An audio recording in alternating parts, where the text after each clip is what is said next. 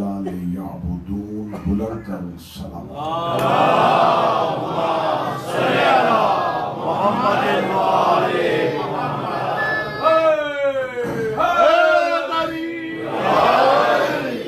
दुआए मालिकाने जिक्र बंदगाने जिक्र का वारिसाने जिक्र की बारगाह में पेश होना कबूल। आकाज़ादी इस इबादत का बेहतर से बेहतर अजर अता। मेरा और आपका शुमार रोने और रुलाने वालों में मारफत मासूमीन विलायत आले मोहम्मद नसीब, हुब्बे आले मोहम्मद नसीब, वारिस के ज़हूर में ताजील, दुआओं की कबूलियत के लिए मिल के मुमकिन हद तक बुलंद सल्लल्लाहु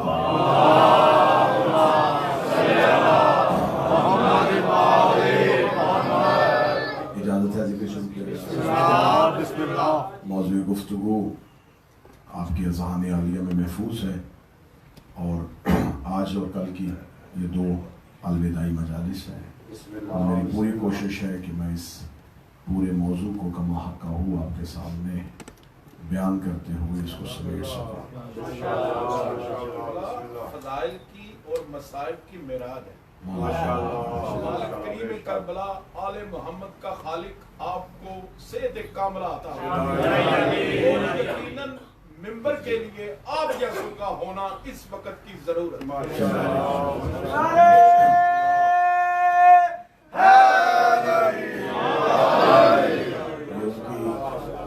करीमी है वो, उनकी करम नवाजी है कि वो छोटों से बड़ा काम ले रहे हैं।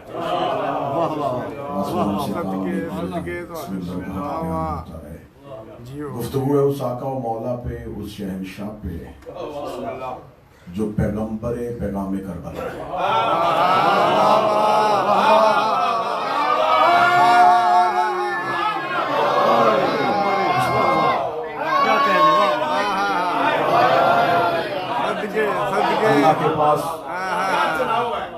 खुदा के पास सबसे बड़ा पैगाम अल्लाह के पास करबला है और ये उस पैगाम का अकलौता पैगंबर है।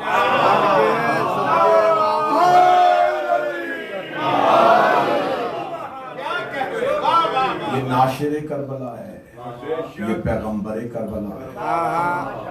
जहां जहां दुनिया में करबला पढ़ी जाएगी, करबला सुनी जाएगी, करबला की जियारत की जाएगी, वो सदका है इस मेरे इमाम का जिसने जमाने तक करबला को पहुंचाया। गुफ्तगू कल जहां पे रुकी वहीं से आगाज करते हैं। अल्लाह ने गदीर में रसूल की जुबान से क़यामत तक के लिए हदायत के मुकम्मल निज़ाम का ऐलान किया। खुदा ने रसूल की जुबान से बता दिया कि क़यामत तक ये मेरा निज़ाम हिदायत है, ये मेरे नाज़िमुल उमूर है, ये मेरे इलाही नुमाइंदे हैं। लेकिन इंसानियत ने क्या किया? उन्होंने अल्लाह के इस बनाए हुए निज़ाम से इनहराफ करते हुए बादज़ रसूल एक अपना निज़ाम तश्कील दिया। आज दुनिया में मज़हब इस्लाम के जितने फ़िरके हैं वो इन दो निज़ामों में से किसी एक निज़ाम के तहत है। मैं फ़िरकों के नाम नहीं लूंगा, दो निज़ामों के तहत चल रहे हैं, या निज़ाम खिलाफत या निज़ाम इमामत। रसूलुल्लाह के बाद जिसने निज़ाम इमामत को माना उसने दीन गदीर से लिया।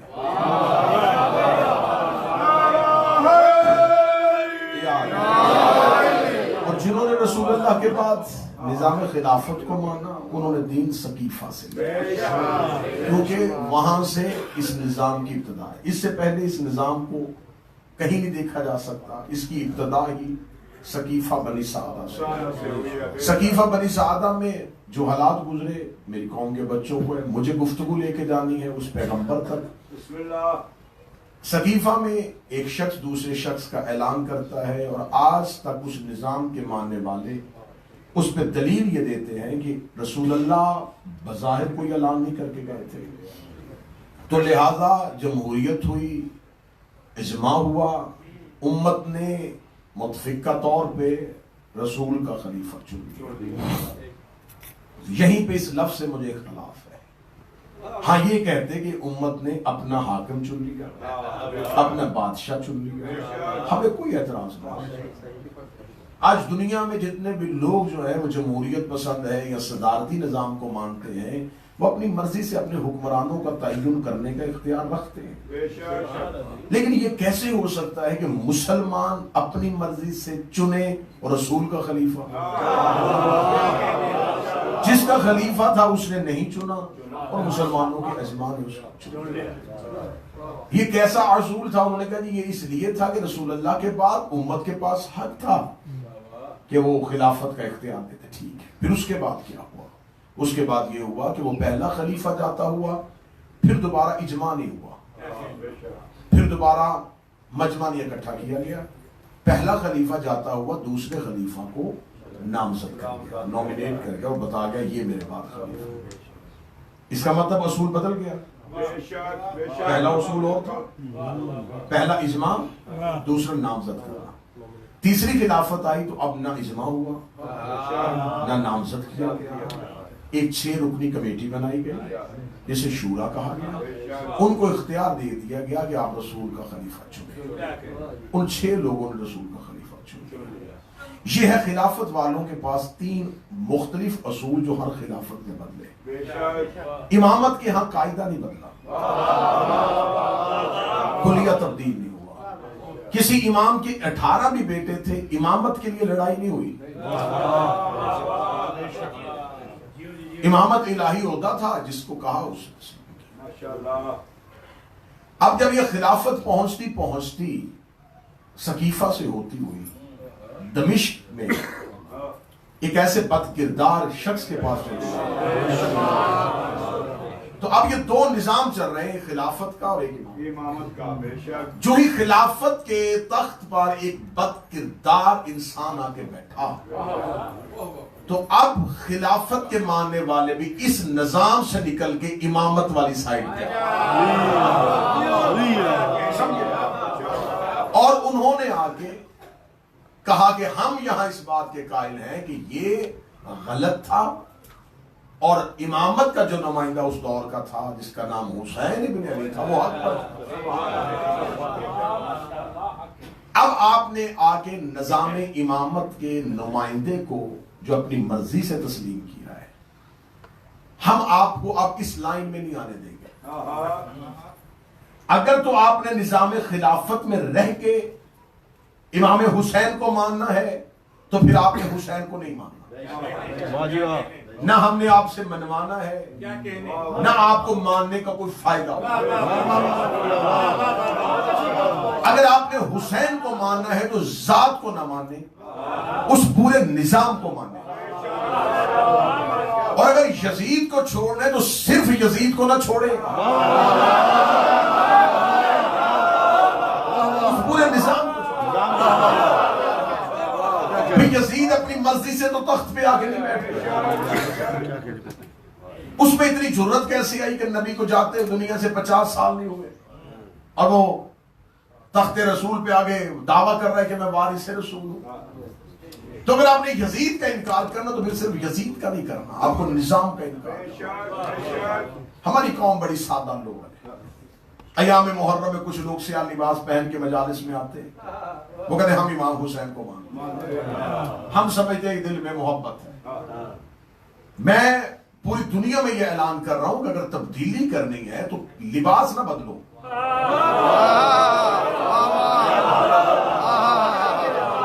इतना सस्ता हम तुम्हें हुसैन नहीं लेने देंगे, ना इतना सस्ता वो हुसैन बिकने देंगे कि आप शरबत की सबील लगाए और हमसे हुसैन ले जाए। आप हलीम की देख पकवाएं हमसे हुसैन। आप मुहर्रम के दिनों में 2 जुमे इमाम हुसैन की शान में पढ़े और हम आपको हुसैन दे दें।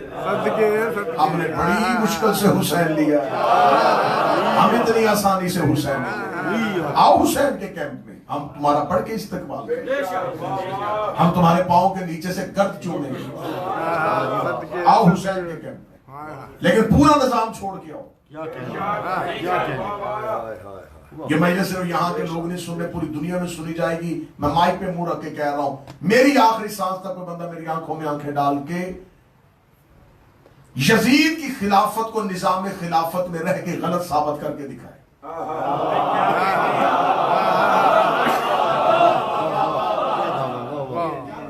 मैं शिया कौम के नौजवान नस्ल की नुमाइंदगी करता हूं, आए जुर्रत करें, सोशल मीडिया का सहारा लें, मेरी आज की तकरीर का किसी अपने वीडियो क्लिप में जवाब दें। आप रहेंगे निजाम खिलाफत में और यजीद की हुकूमत और उसकी खिलाफत को गलत साबित करें। निजाम इमामत का सहारा नहीं लेंगे। यजीद पे लानत करने के लिए बंदे का अली और वलीउल्लाह पढ़ना जरूरी है।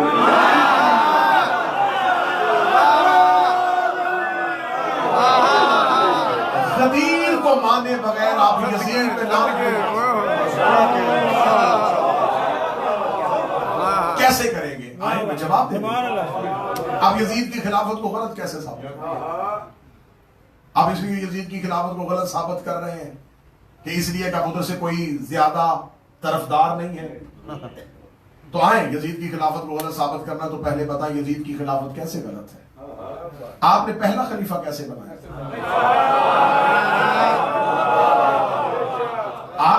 आपने एक म्यार रखा था, आपने एक म्यार बना दिया था कि अजमा के साथ खलीफा बन सकता है। तो मदीना में तो सिर्फ अंसार 40 के करीब लोग, 30 या 40 के करीब जमा हुए थे और उन्होंने खलीफा बना लिया।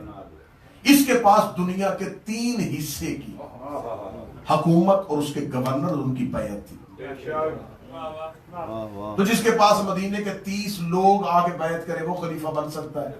तो जो दुनिया के तीसरे हिस्से का हुक्मरान हो वो खलीफा क्यों नहीं बन सकता?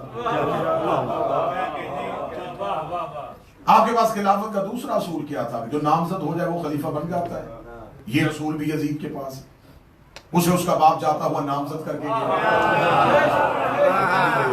बल्कि अपनी जिंदगी में लोगों को उसकी बैत के लिए आमादा करके गया। खतूत लिख के गया कि मेरे बाद मेरे बेटे की बैत कर ले। अगर नामजद करने वाला असूल ठीक है तो ये असूल भी यजीद के पास है। तीसरा असूल आपके पास है शूरा कमेटी। 6 लोगों की कमेटी मिलकर फैसला करे, आप उसको खलीफा चुन लेते हैं। इसके पास 18,000 मुफ्तियों का फतवा है।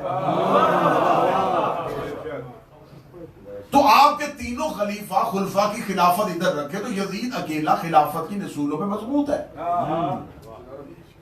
फिर आप कैसे कह रहे हैं कि हुसैन सही है यजीद गलत है? अगर आपने हुसैन सही कहना है तो सिर्फ हुसैन सही नहीं,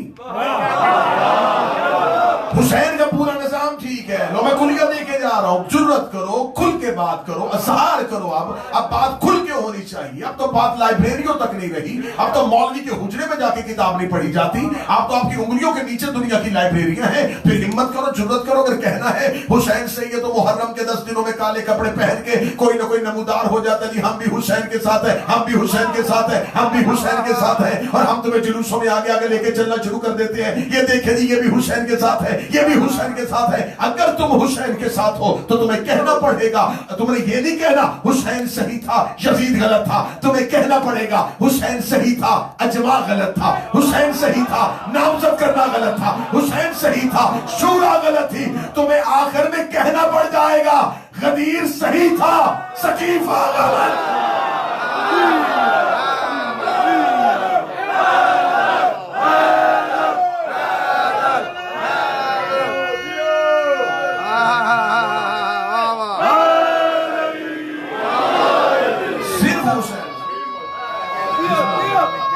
क्या बात है भाई, वाह सिर्फ हुसैन। तुम्हें खबर ही नहीं कि मेरा हुसैन कितना ताकतवर था और कितना ताकतवर है। यजीद की करोड़ों मुसलमानों ने बैयत कर ली थी, वो फिर भी हुसैन से बैयत मांग रहा है। जिसके बैलेट बॉक्स से हजारों वोट निकले, उसने एक ही जरूरत क्या? जब दुनिया के तीसरे हिस्से ने उसकी हुकूमत को तस्लीम कर लिया था, क्या जरूरत थी? खबर भी थी कि हुसैन ने बैत नहीं करनी।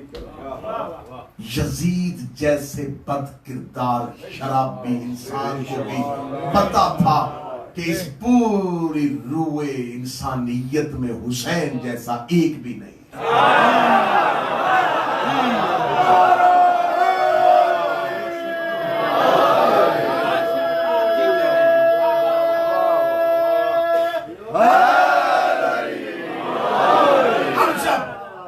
ने बैत का मुतालबा किया तो इमाम हुसैन अलैहिस्सलाम ने इनकार कर दिया।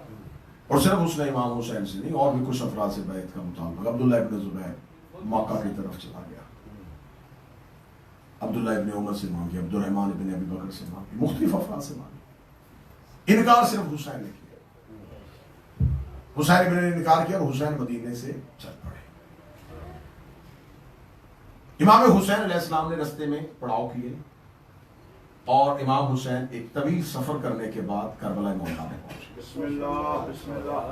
इमाम हुसैन के साथ वो असहाब, वो साथी, वो जानसाब लोग चले गए जिन्होंने इमाम हुसैन का साथ दिया। उनकी तादाद, उनके नाम, उनकी बल्दियत, उनके कौम, उनके कबीले, उनके कद, उनकी रंगत तारीख में। आज किसी को नहीं पता कि जंगे बदर में कितने थे, उहद में कौन था। ये वाहिद हुसैन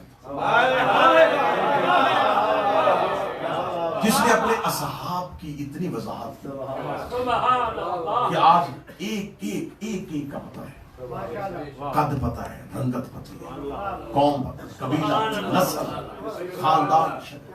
क्यों वाजे किया हुसैन ने? क्योंकि उस दौर में नामों से नाम मिलते थे। सिर्फ हुसैन नाम देते, कल को कोई कह देता ये तो फला कबीले वाला था। हुसैन इब्न ने उनके कबाइल बता दिए, उनके रंग बता दिए, लिखवा दिया ये है मेरे साथ। सबने माना वो 72 थे। मेरा सवाल ये है, मैं पैगंबर करबला पढ़ने लगा, क्यों जिन्होंने इनकार किया वो 72 थे। तुमने इनकार करने वाले तो बताए, ये क्यों नहीं बताया जिन्होंने बैत की वो कौन थे?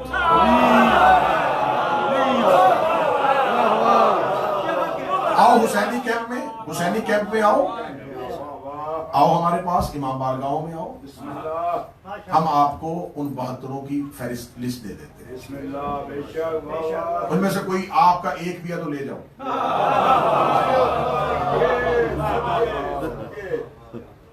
हम आपसे सवाल करते हैं कि आपने निजाम खिलाफत को मानना है तो वो जो करोड़ों ने बैत की थी वो कौन थे? अर्श से उतरे लोग थे, जमीन पे रहते थे। मदीने के अफराद ने बैत की थी, की थी। मक्का के लोगों ने की थी, की थी। नबी दुनिया से गए कितना अरसा हो गया? 50 साल। इसका मतलब जो नबी के दौर में बच्चा था हुसैन के दौर में जवान था, जो नबी के दौर में जवान था हुसैन के दौर में बूढ़ा था। अभी वो लोग जिंदा थे जिन्होंने रसूल को देखा था। इसका मतलब असहाब पैगंबर ने यजीद के हाथ में बैत कर ली। मैं सदर दोबारा देने लगा हूं, आपका ध्यान बना। ये लोग ताबईन नहीं थे, तबा ताबईन नहीं थे, असहाब रसूल मौजूद थे और उन्होंने यजीद के हाथ पे बैत की। हम आपको इनकार करने वालों की फहरिस्त देते हैं, आप हमें उन असहाब की फहरिस्त दें जिन्होंने बैत की थी। हो गई बैत, कर ली उन्होंने बैत। गवर्नरों के हाथ पे की, उसके हाकिमों के हाथ पे बैत की, कर ली बैत, हो गई बैत। वादा कर लिया कि ठीक है जी हम तेरी बैत, हो गई बैत। जब ये बैत हो गई थी तो अब इमाम हुसैन अलैहिस्सलाम 10 मुहर्रम को करबला तक अगर किसी ने उस बैत से यजीद की बैत तोड़ी होती तो वो करबला आता, वो करबला नहीं आया। इसका मतलब है कि इमाम हुसैन के दौरे इमामत तक उम्मत में से 72 वो अफराद जिन्होंने इनकार किया वो करबला में मौजूद। अक्सरियत वो है जो यजीद की बैत कर चुके हैं। अगले इमाम बन गए सैयदुल सादिक़ीन।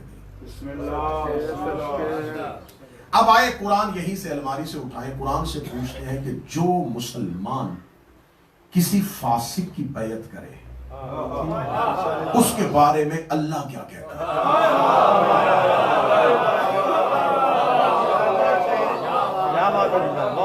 ये गुनाह है, छोटा गुनाह है, जिस राम गुनाह है तो माफ हो जाता है। जब हमने आइन को पढ़ा, जब हमने इस्लामिक लॉ को पढ़ा, जब हमने कानून कुदरत को पढ़ा तो खुदा कहता है कि अगर कोई मुसलमान किसी काफिर फासिक के हाथ में बैत करे तो वो दायरा इस्लाम से खारिज।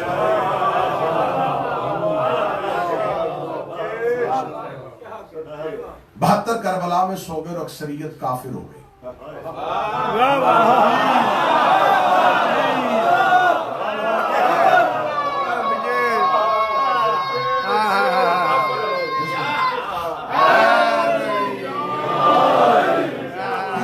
आंखों से गर्द हटती हुई नजर आएगी, तारीख शफाफ होती हुई नजर आएगी। 72 करबला में है, कुछ मौजूद है दुनिया में जो खामोश है, कूफा के कैद खाने में है, बसरा के कैद खाने में है, हुक्म इमाम के साथ रोके हुए हैं, जिनको इमाम ने मक्का से वापस किया है, मदीना से नहीं चलने दिया। ये अफराद चंद है, इसके अलावा 72 करबला में, बाकी सारी उम्मत उठाओ साइड पर, क्योंकि ये फांसी के हाथ में बैठ कर चुकी है, अब ये काफिर है। मेरे ना माफी कैसे मिलेगी, माफी कैसे मिलेगी? कर बैठे हैं बैत, घर में बैठे जहन में आया गलत बैत कर ली, सजदा करे, माफी मांगे, दोबारा कलमा पढ़े, खुदा ने कहा आओ फिर इस्लामिक लॉ की तरफ। खुदा ने कहा इनके लिए कानून ये है, उस दौर में जो अल्लाह का नुमाइंदा जमीन पर मौजूद होगा, ये उसके पास जाएंगे, पिछले गुनाह की तौबा करते हुए उसके हाथ में दोबारा बैत करेंगे।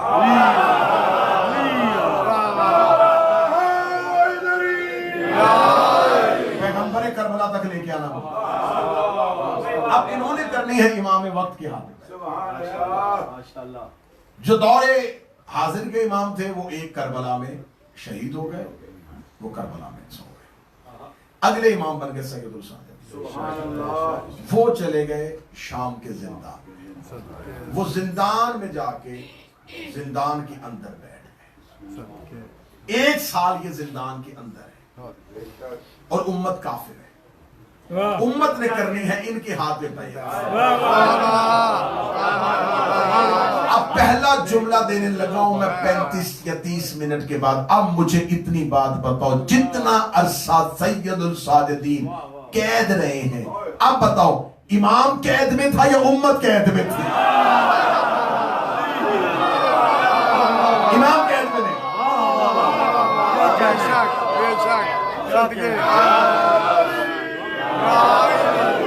अब उतनी देर उम्मत ने जो नमाजें पढ़ी नहीं हो गई, क्योंकि मुसलमान ही नहीं। अगर किसी ने हज किया नहीं हुआ, कुरान पढ़ा नहीं हुआ, अगर किसी के यहां नस्ल बढ़ रही है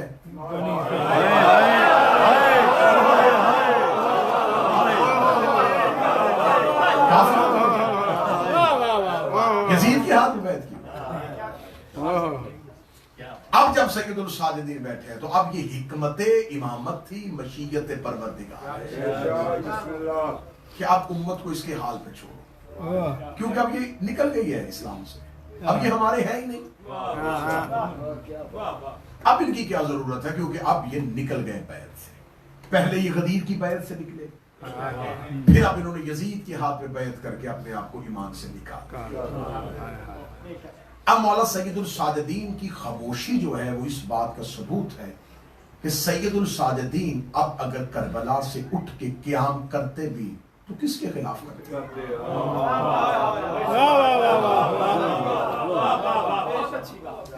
इस सवाल को हमेशा के लिए अल-मुर्तज़ा सेंटर में दफन करके जा रहा हूं, सवाल की कब्र बना के। सैयदुल साजिदीन अगर क़याम करते तो किसके खिलाफ करते? काफिरों के खिलाफ। तो काफिरों के लिए खुदा असूल देता है, जब तक वो खुद हमला न करे आपने क़याम नहीं करना। अब दूसरा सवाल यह है कि सैयदुल साजिदीन ने इंतकाम खून हुसैन क्यों नहीं लिया, जबकि वो बेटे थे, कसास बेटे पे होता है। इंतकाम जो है वो मुख्तार ने क्यों लिया? किसने कहा है कि मुख्तार ने खून हुसैन का इंतकाम ले लिया? मुख्तार ने तो अपनी मोहब्बत का सबूत दिया, मुख्तार ने अपनी हुब का इजहार, मोहब्बत का इजहार। इंतकाम खून हुसैन मुख्तार कैसे ले सकता? मासूम का इंतकाम मासूम ले, इमाम का इंतकाम इमाम ले। तो क्या मौला सज्जाद तलवार नहीं निकाल सकते थे? मौला सज्जाद जंजीरों से निकल सकते थे? शुजा थे, अली के बेटे थे, हुसैन के लखते जिगर थे, लड़ सकते थे, लश्कर लेके आ सकते थे, ज्ञान कर सकते थे, हुसैन के कातिलों को चुन चुन के मार सकते थे। लेकिन अगर सज्जाद हुसैन के कातिलों से इंतकाम लेता तो सिर्फ उस दौर के यजीदियों से लेता, उस दौर के यजीदियों से लेता, उस दौर के यजीदियों। अल्लाह ने पांचवें को भी इंतकाम नहीं दिया, छठे को भी इंतकाम नहीं दिया, मुंतकिबुल्लाह बनाया है तेरे और मेरे वक्त के इमाम को। इंतकाम खून हुसैन 12वें के जिम्मे है, ताकि क़यामत तक के यजीदियों से इंतकाम ले।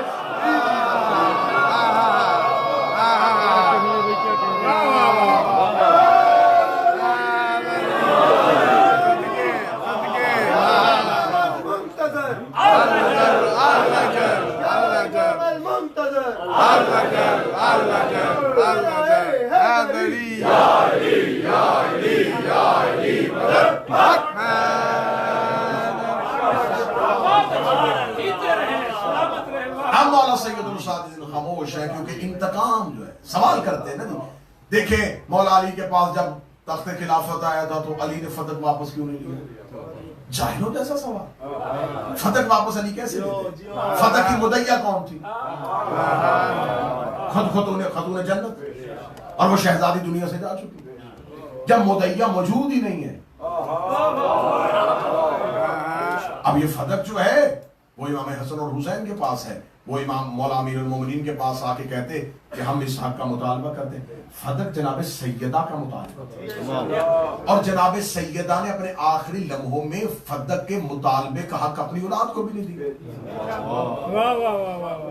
हसन हुसैन जैसे बेटों को इख्तियार ही नहीं दिया बीबी ने। एक इंसान है इस दुनिया में, एक शख्स है, वो अपने दुश्मन को ये कह के, अपनी औलाद को कह के इससे किसास ना लेना, इसका इख्तियार जो है वो तुम्हें नहीं दे रहा, तो शरई तौर पे अब औलाद वो हक ही नहीं रखता क्योंकि वो वसीयत कर गया। जनाब सैयदा ने अपनी वसीयत में कहा था कि अब फतक का मुतालिबा, ये इख्तियार मैं अपने अल्लाह को दे रहा हूं।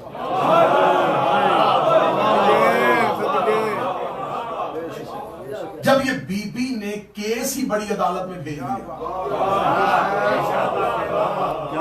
मुकदमा भी बड़ी अदालत में। चले अगर सवाल दूसरे अंदाज में करोगे तो फिर दूसरे अंदाज में हम आपकी किताबों से तरीकुल खुलफा उठा लो, जलालुद्दीन सयूती की इब्न साकिर को उठा लो, ज़ोबी को उठा लो, कि जब रसूल अल्लाह फतह मक्का के बाद अपने घर आए, मक्का में पहुंचे, तो रसूल ने पूछा मेरा आबाई घर जो मेरे बाप ने मुझे दिया था किधर है? उन्होंने कहा वो तो अबू लहब ने कब्जा करके किसी यहूदी को बेच दिया था। तो रिसालत में आपसे उन्होंने कहा जी अब आप अगर कहें तो हम घर खाली करवाते हैं, आपके बाप का घर है, दादा का घर है। रिसालत में मैं नहीं, अब ये घर नहीं लूंगा। क्यों या रसूलल्लाह? फरमा जो चीज हमसे जुल्मन छीन ली जाए हम इख्तियार से वापस नहीं लेते।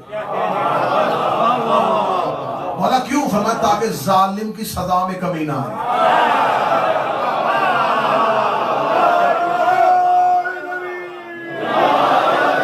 अगर ये घर मैंने वापस ले लिया तो फिर मेरा और अबू लहब का मामला तो हल हो गया। मेरा तो अबू लहब का मामला तो हल हो गया, उसने छीना, मैंने वापस ले लिया। फिर क़यामत तक के लिए कुरान में तब्बत यदा कहां जाएगी?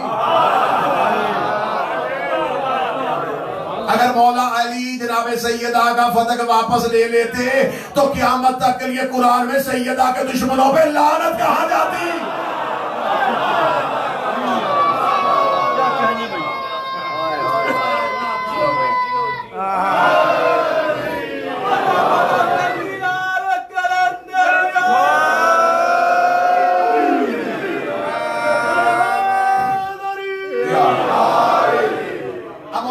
सादिदीन के सामने जब मौला करबला के बाद शाम और शाम के बाद जब मौला सज्जाद मदीना आते हैं तो मौला के सामने तीन मुख्तलिफ अमूर।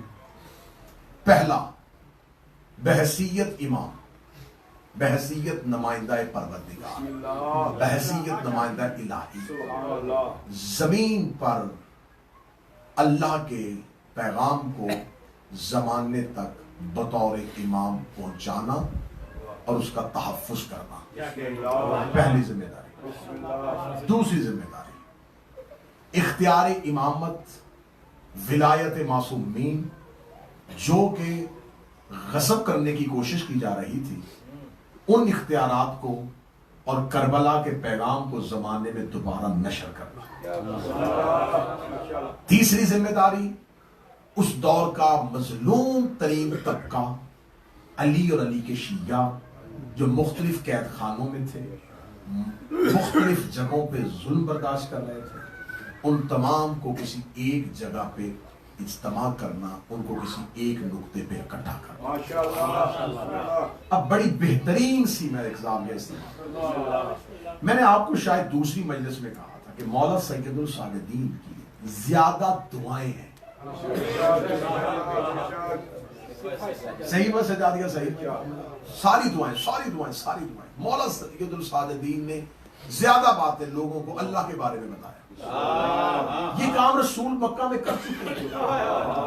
भाई मक्का में रसूल का अल्लाह बताना बनता था, काफिर थे भाई क्या कहने। अब तो मुसलमान हो चुकी है, मस्जिदें आबाद हो गई हैं, अल्लाह अकबर की सदाएं आ रही हैं, नारे तकबीर बुलंद हो रहा है, दाढ़ियां सज चुकी है, पेशानियों पर सजदे के निशान है, हाथों में तस्बीहें हैं, इस्लामी बैतुल माल चल रहा है, इस्लाम के कानून बन गए हैं। ये मेरे मौला ये क्या कर रहे हैं? आप अल्लाह की बातें क्यों बता रहे हैं? क्या इनको अल्लाह का नहीं पता? ये तो नमाजें पढ़ रहे हैं, मुफ्ती बन चुके हैं, शरीयत पे फतवे दे रहे हैं, चेहरे पे दाढ़ियां सजाए हुए हैं, बैतुल माल से माल तकसीम हो रहा है, या तो इस्लामी फतूहात हो रही, अब अल्लाह की बात क्यों कर रहे हो?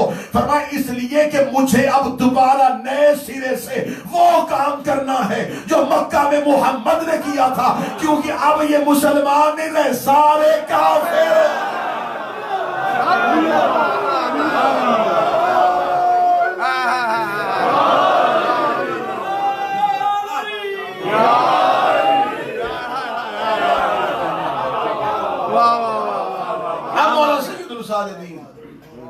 पहली चीज दोबारा लोगों को अल्लाह के बारे में यही काम मेरा बारवां आके करे। जब मेरा आका आएगा तो कहेगा ये कौन सा दीन है? किस दीन को मान रहे हो? अपने दीन को अदियान पर गालिब करो। दुनिया को ऐसे अदलो इंसाफ से भर देगा जैसे वो जुल्म और जोर से भर चुका है। अब मेरे आका मौला ने पहला काम क्यों किया? दुआओं में पहली हिकमत क्या थी? लोग भूल चुके थे अल्लाह क्या, दोबारा इनको काफिरों को मुसलमान बहसीयत इमाम। दूसरी बात, दूसरा इसमें राज क्या था कि मौला ज्यादा दुआएं क्यों पढ़ते थे? चले इस माशरे की मैं बात नहीं कर रहा, यहां ये मिसाल बनेगी नहीं, पाकिस्तान की बात करेंगे। पाकिस्तान में कोई बंदा के मैंने मजलिस करवाने देगा कोई? इजाजत, परमिशन क्यों करवा रहे हैं? किस लिए करवा रहे हैं? उसने कहा भाई कोई मजलिस नहीं हो रही, घर में खत्म है, दुआ रखी है।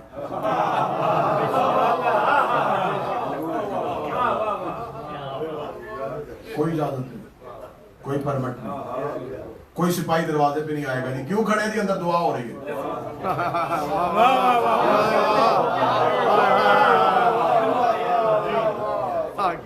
मैं इस माहौल की मिसाल आपको आपके हाजिर दौर की मिसाल दूंगा तो कोई बाहर पुलिस वाला नहीं खड़ा। क्यों खड़े थे अंदर? दुआई को महल पढ़ रहे तो हम बाहर खड़े। दुआओं पे कोई पाबंदी नहीं। इमाम को खबर थी कि अगर मैंने मजमा इकट्ठा किया ना अली के लिए, क्या बात है, कहां मुझे पढ़ने देंगे? बात नहीं। इमाम मस्जिद के मेहराब में चले, दुआ के हाथ पीछे लोग थे, दुआ कर नहीं पढ़ते। अल्लाह जानता है सही है सजादिया उठा के क्या बात है, दुआएं उठा के देखें। अल्लाह की गुफ्तगू करने के बाद दरूद हो मोहम्मद और तेरे मुकर्रब शुदा लोग जिन्होंने इस जमाने को गंदगी से निकाल के इंसानियत के जेवर से आरास्ता। दरूद और सलाम हो उस अली पर जिसने इमामत के मनसब पर सरफराज होकर इंसानियत को अल्लाह के पैगाम से रोशनास करवाया। दरूद और सलाम हो उस हसन पर क्या बात है जिंदा, वाह जी वाह। आले मोहम्मद की जात पे बुलंद और सलाम।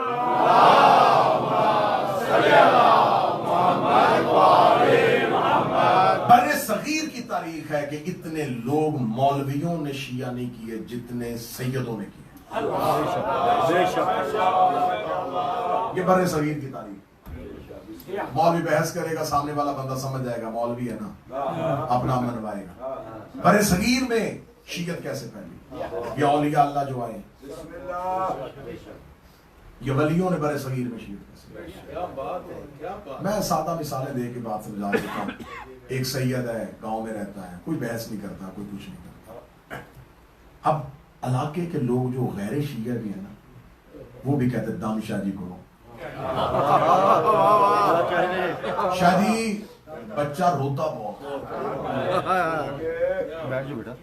शादी कोई दम औरत बच्चा लेके आई, शादी ने भूख मारी, भूख मारने के बाद कहा, चलो बच्चा इंशाल्लाह नहीं रोएगा, जुमेरात को ना गाजी की नियाज बना।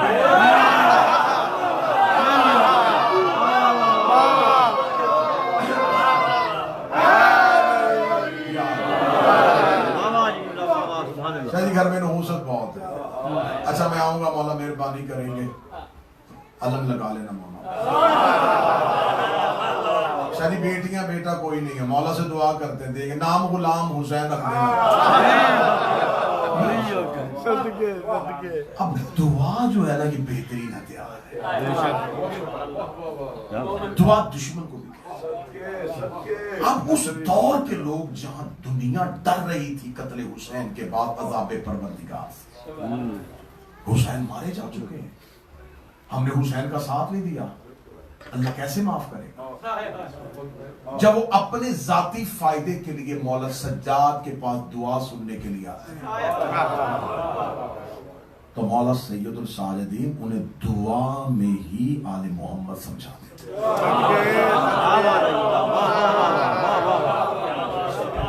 सख्ती इतनी, जासूसी इतनी, इतना मौला पे सख्त तरीन पैदा था कि जनाबे जैद की वालिदा जो कि मौला सैयदुल साजिदीन के पास कनीजी में आई थी, मौला ने उनके साथ अहद किया और अब्दुल मलिक बिन मरवान मलऊन ने दमिश्क से खत लिखा मौला सरकार को, मैंने सुना है कि आपने अपनी कनीज से अहद कर लिया है, क्या आप हाशमियों को कोई बाहसियत खानदान ना मिला। ये खत लिखना मकसद क्या था कि मैं आपकी किस किस चीज पे नजर रखे कि ये बात आपके घर के अंदर हुई और आपके घर के अंदर भी मेरे लोग मौजूद हैं। मौला सैयदुल साजिदीन ने हिकमत बदल दी। पहला हथियार, शियो सुनो, मेहनत सैयदुल साजिदीन। पहला काम क्या किया, दुआ के जरिए मजहब फैलाया। दूसरा काम किया, 11 इमाम इधर करो, अकेले सैयदुल साजिदीन, 11 ने मिलकर भी इतने गुलाम नहीं आजाद किए जितने अकेले इमाम।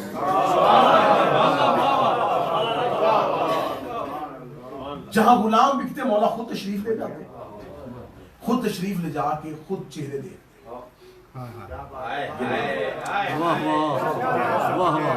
खरीदने के बाद 1 साल रखते, 1 साल के बाद आजाद। गुलाम चाहता भी ना कि मैंने आजाद नहीं होना, जबरदस्ती कहते आजाद। अब ये गुलाम तैयार नहीं हो रहे,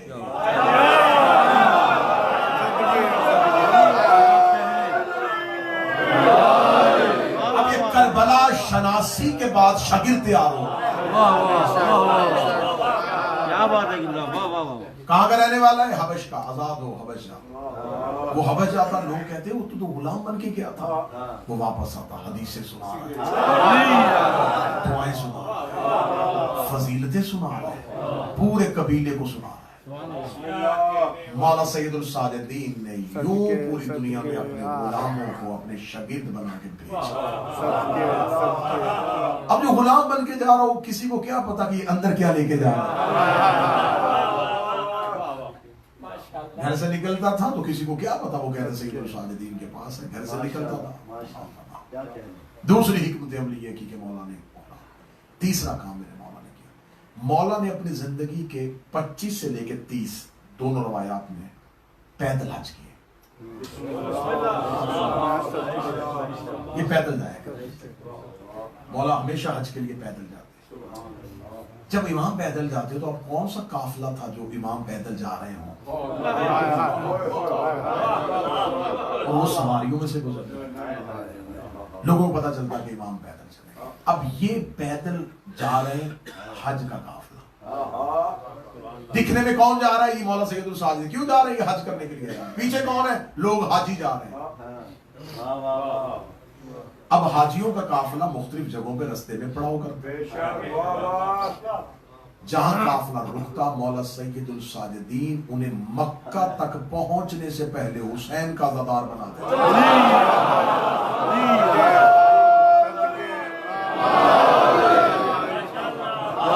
यही बात है। यहाँ आगे चल के एक दफा हशाम भी हज पे आ गया था, मौला भी हज पे थे। तो मौला आगे चल रहे थे, ये पीछे चल रहा था।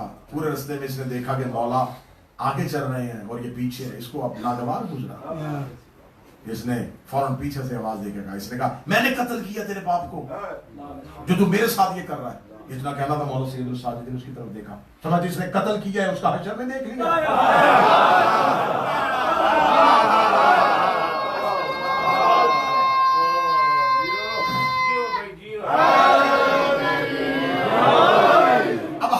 पैदल करते थे, पैदल हज के लिए, क्योंकि हज में सिर्फ मदीने के लोग नहीं, मुख्तलिफ जगहों से काफिले। इमाम जाके हज पे जाके मक्का में अपना पड़ाव डाल लेते। यमन के लोग, मिस्र के लोग, दमिश्क के लोग, फलस्तीन के लोग, हिंदुस्तान के लोग। पता चलता अली इब्न हुसैन आए, लोग मिलने के लिए आ रहे। हज की दुआ मौला के सुनने, खुतबा मौला से सुनने। एक दफा हशाम, ये अब्दुल मलिक का मलाउन का बेटा है, ये भी हज पे था। अब ये हजर अस्वद पे रश लगा हुआ है। अब ये हजर अस्वद को सलाम करने जा रहा, लोग रास्ता नहीं दे रहे। ये बार बार सिपाही इसको कह रहे रास्ता नहीं मिल रहा। ये अचानक इसने पीछे मुड़कर देखा कि लोगों ने रास्ता देना शुरू किया। ये अपने साथ एक अपना दरबारी शायर लेके गया था, फरजदक ने जब देखा कि रास्ता फटा है, ये बिल्कुल इसके पीछे इसका शायर खड़ा है, इसने अपने शायर को देखा, ये कौन है जिसके लिए लोग रास्ता दे रहे हैं? फरजदक ने जो ही इमाम को आते हुए देखना, उसने वहीं से कसीदा शुरू किया। उसने डॉक्टर साहब फिल बदी वहीं से अशआर पढ़ने शुरू कर दिए। उसने कहा ये वो आ रहा है जिसके एहतराम में हजर अस्वद चलना शुरू कर।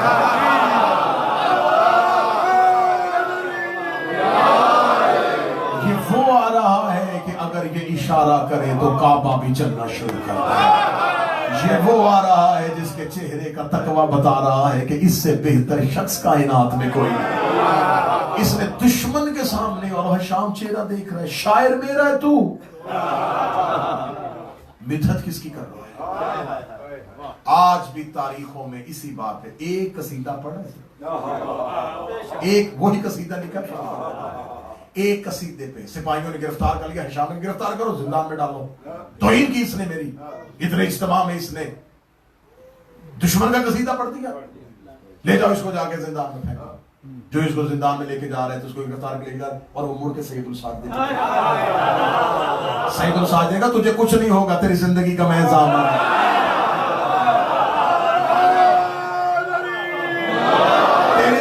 मैं ज़मानु अगली सतर यूं नूर बन के आपके कुलूब के अंदर जाके रुकेगी। मौला ने चाहते हुए फजल देखेगा, तूने दुश्मन के सामने मेरी मिदहत में अशार पढ़े हैं, मैं हुसैन का बेटा वादा करता हूं, और जंग करके जन्नत में गया था, तू शेर पढ़ के जन्नत में।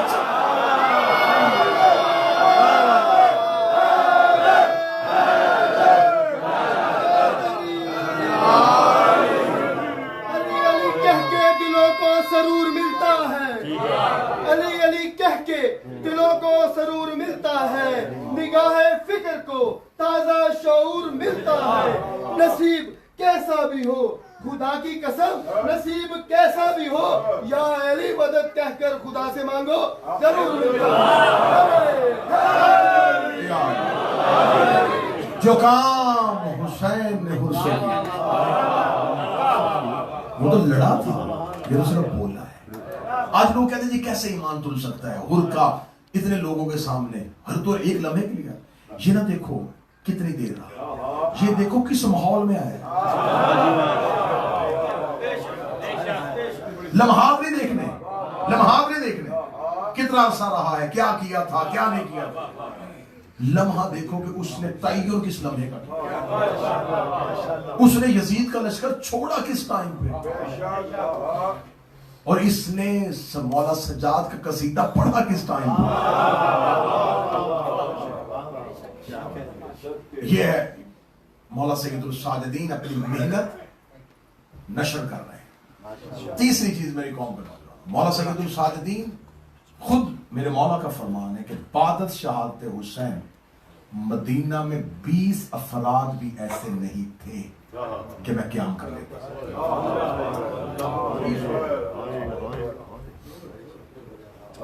मौला जब वापस पलट किया तो अपने मौला ने मदीने में शहर में नहीं रहे। मौला अमीरुल मोमिनीन ने अपनी जिंदगी में जब 25 साल का जो मौला का दौर है ना, जिसमें कह देते हैं जी बस मौला अली का 25 साल का दौर हमारे शिया मेंबर से यही कह के गुजार दिया, अली कुरान जमा कर रहे थे, अली कुरान जमा। वो कौन सा कुरान था जो अली को जमा करना पड़ रहा? मौला अमीरुल मोमिनीन की 25 साल की उस मेहनत को जाया ना करो, इसे एकजुट। मौला इस 25 साल में मदीने के बाहर एक जगह यम्बो, वहां जाके मौला ने बाकायदा एक घर बनाया। मौला ने वहां पर जमीन तैयार की, जरखेज की, खेती बाड़ी की, उस घर को मौला ने आबाद किया। मौला अपना वक्त वहीं पे गुजारते थे, वहीं पे मौला की जिंदगी। जब मौला सैयदुल साजिदीन वापस आए तो वो मदीने आबादी वाले घर में नहीं गए, अपने उस घर में अपने अहले खाना के साथ मौला उसी घर में जिंदगी गुजारते थे। फिर 63 हिजरी में वाक़या हिर्रा होता है, जिसमें यजीद की फौज, क्योंकि यजीद मरता है, उसके बाद उसका बेटा मुआविया सानी वो आता है, थोड़े दिनों के बाद उसको जहर दे के मार दिया जाता है।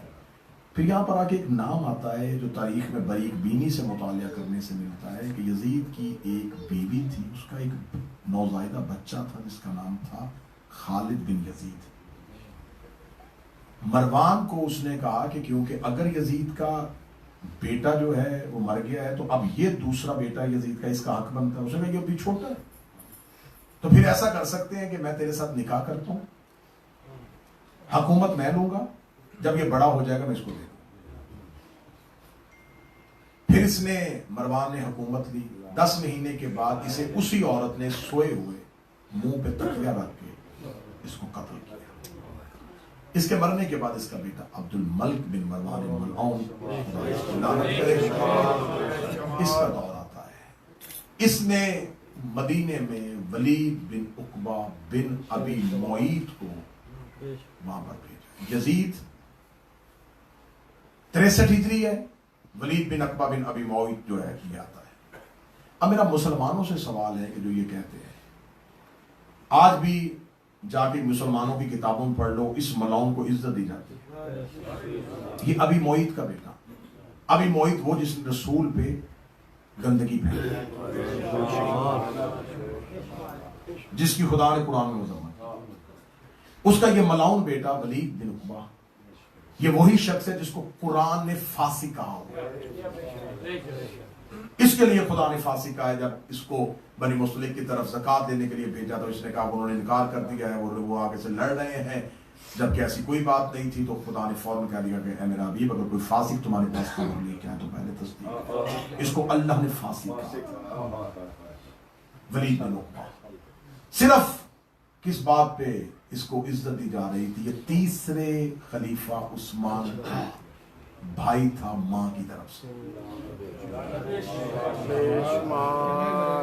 बस एक सतर मैंने पढ़नी है, फिर कल मुझे इस पूरे तहरीक को पढ़ना है, जनाब जैद पढ़ना है, शहीद फख्र पढ़ना है, तमाम चीजों को पढ़ना है। वक्त बड़ा मुख्तसर है कि ये जब 63 हिजरी में यजीद इसको भेजता है, वलीद बिन अबी मुईत को, मदीने की तरफ। अब यहाँ पे आके अक्सर मौरखीन ये बात नहीं बताते जो मैं मिंबर से बता रहा हूँ।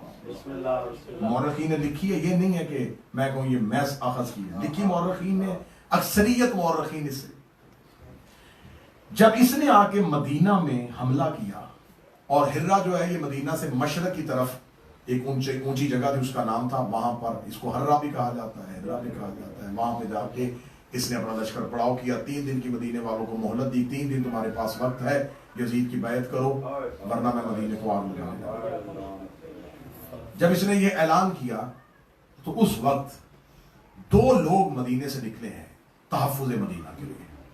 मौला सैयदुल साजिद मदीना में है ही नहीं, वो तो यंबो में है। 2 लोग मदीने से निकले, इन दोनों लोगों का तारुफ नहीं करवाया। पहले अब्दुल्ला इब्ने हंजला, ये जनाब हंजला का बेटा है जिसे गसीलुल मलाइका कहा जाता है। इसका बाप जंग ओहद में जब शहीद हुआ था, रसूल अल्लाह ने उसे लक़ब दिया था गसीलुल मलाइका, कि इसकी मैयत को फरिश्तों ने उसल दिया। उसका बेटा अब्दुल्ला ये मदीने में मौजूद है। फिर दूसरा एक शख्स निकला है फजल बिन अब्बास बिन रबैया बिन हारिस बिन अब्दुल मुतलिब।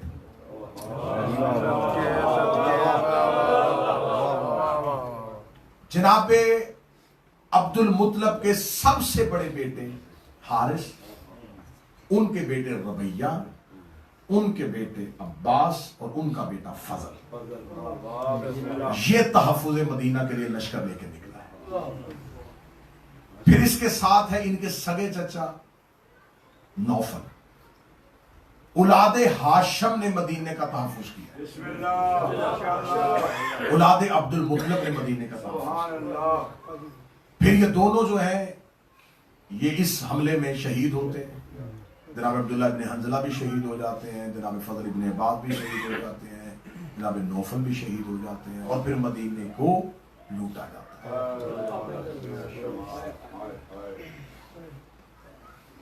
मदीने को इस तरीके से लूटा गया कि मस्जिद नबवी के अंदर घोड़े बांधे गए, रोज़ा रसूल की हुर्मत को अहले सुन्नत तारीखें ढेर लगी हुई है। 2000 के करीब वो लोग जो असहाबे पैगंबर होने का दावा करते थे उन्हें कत्ल किया गया। मुसलमानों की बेटियों की इस्मत दरी की गई। 1000 बच्चा यजीदी फौज की गुनाहों की वजह से दुनिया में आया। अब ये क्यों हो रहा था मदीने में सब कुछ? यजीद ये तब भी करना चाहता जब हुसैन मदीने में थे।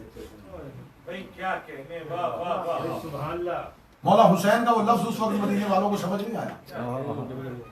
जब आगे बढ़ बढ़ के कहते हुसैन क्यों जा रहे हैं, हुसैन क्यों जा रहे हैं, और हुसैन चलते हुए एक ही जुमला कह रहे थे, मैं मदीने की हुर्मत को पामाल होता नहीं, मैं मदीने की हुर्मत को पामाल होता, मैं मदीने की हुर्मत को। उस वक्त अगर मदीने वाले हुसैन के साथ चले जाते, आज न बेटियों की इस्मत नहीं करवाते, न मस्जिद नबी की तौहीन करवाते, न अपने घर जलवाते। क्या क्या हुआ उस वाक़े में मिंबर पे बयान नहीं किया। अब मैं मुसलमानों से सवाल करता हूं कि तुम तो कहते हो कि जो खलीफा होता है वो उलमा है। अब तुम तो नजरिया इमामत से निकल आए हो, अब नजरिया खिलाफत में रह के मुझे इस हमले की हिफाजत करके दिखाओ। इसके लिए क्या दलील लेके आओगे? अब तो हुसैन नहीं, अब तो सहाबी कत्ल हुए, अब दलील लेके आओ। मक्का में अब्दुल्ला इब्ने जुबैर हुकूमत बना के बैठा हुआ है, वो जुबैर बिन अवाम का बेटा है जो 6 रुकनी कमेटी में अली के खिलाफ था। तो अब तुम बताओ, उधर अब्दुल्ला इब्ने जुबैर है, उधर यजीद है, कौन औले अमर है? नजरिया खिलाफत में रह के बताओ कि आप बताओ किसको खलीफा मानो। और फिर जब मरवान कत्ल कर दिया जाता है मलाउन को, और वलीद बिन उकबा है वो मदीने में मौजूद है, और हसीन बिन नमीर कातिल शहजादा अली अकबर। बाद लोग भी मजाक में पड़ जाते हैं, मौला सजाद की घर नहीं है। ये निकल रहा था रात की तरीकी में मदीने से, जब ये मदीने से फरार हो रहा था उसको पता चला ये निकलता हुआ मदीने में रास्ते में मौला सैयद साजिदीन मक्का से वापस आ रहे थे। देखा एक शख्स है जिसका ऊंट मर चुका है और वो रेत पे गिरा है और उसके नाक के नथनों की हवा से रेत उड़ रही है।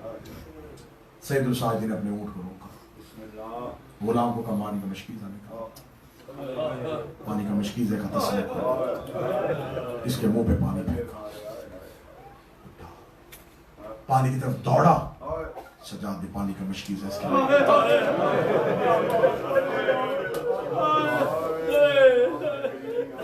ये पीता रहा, सजाद रोता रहा।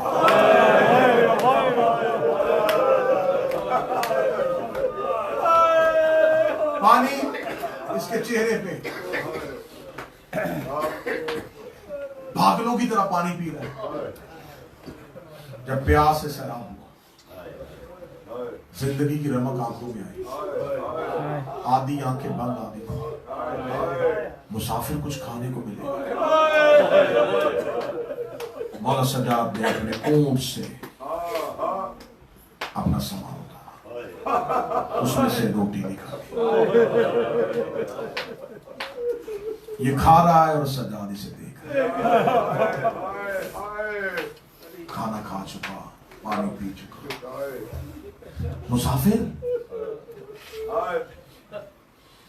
मेरी सवारी मर गई है, लोग मुझे कत्ल करना चाहते हैं, बंदा खुदा तूने मरते हुए मुझे जिंदगी दे दी, मुझे पानी पिलाया, मुझे खाना दिया, मुझे किसी तरह वतन पहुंचा दे। मौला सजाद ने कहा ऊंटों में से एक ऊंट से सवारी मिली, जरा का रुक, ये कुछ ज़ातेरा ले जाओ। ऊंट की मुहार, ज़ातेरा जल्दी से, पीछे मौत नजर आ रही थी, दिरहम जेब में डाले, जल्दी से दौड़ा रेत पे, थोड़ा सा आगे चले गए। मुसाफिर मैं तेरे हक में दुआ करूंगा, मुझे अपना नाम बताओ। मौला सजाद की आवाज आई, अना अली इब्न अल हुसैन।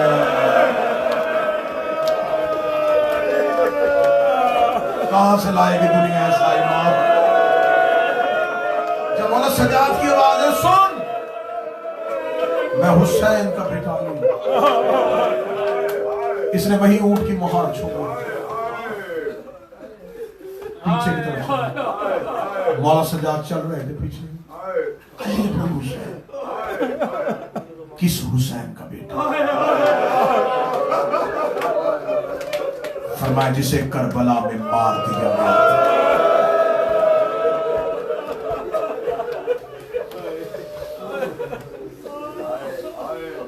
अब ये मौला सजाद के आगे आया, मौला सजाद चल रहे ही आ गया। रुको रुको, मुझे पहचाना?